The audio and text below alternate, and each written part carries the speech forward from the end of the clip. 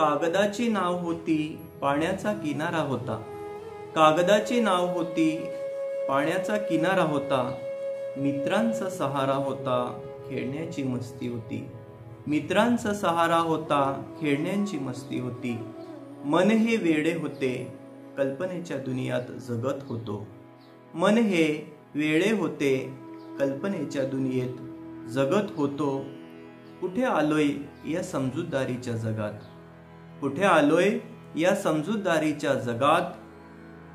यापेक्षा ते भोळे बालपण सुंदर होते, ते बालपण सुंदर होते. विद्यार्थी मित्रांनो, आज 14 नोव्हेंबर अर्थात बालदिन. 14 नोव्हेंबरला बालदिन का साजरा केला जातो?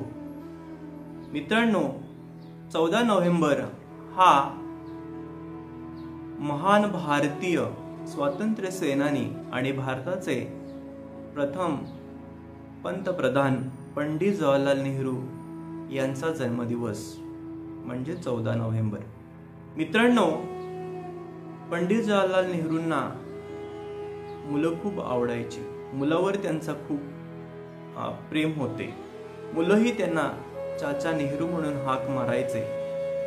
आणि त्यांचा हा जो दिन आहे म्हणजेच त्यांच्या सन्मानार्थ हा दिवस बालदिन म्हणून साजरा केला जातो.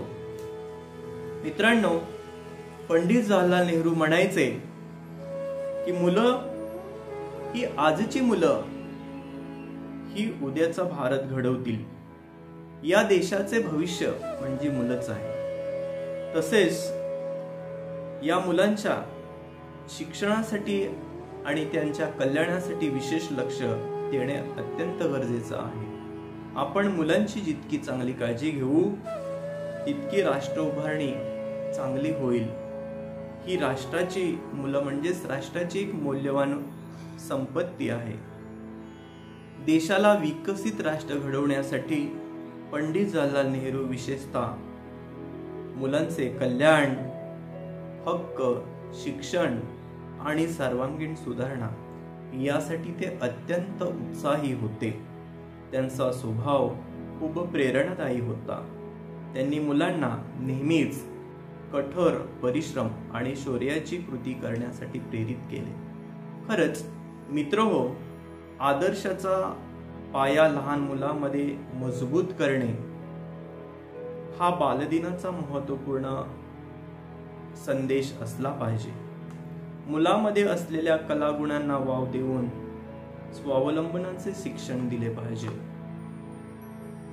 जाता आता सर्व देशाचे उज्ज्वल भविष्य घडवणाऱ्या माझ्या सर्व बालमित्रांना बालदिनाच्या हार्दिक शुभेच्छा.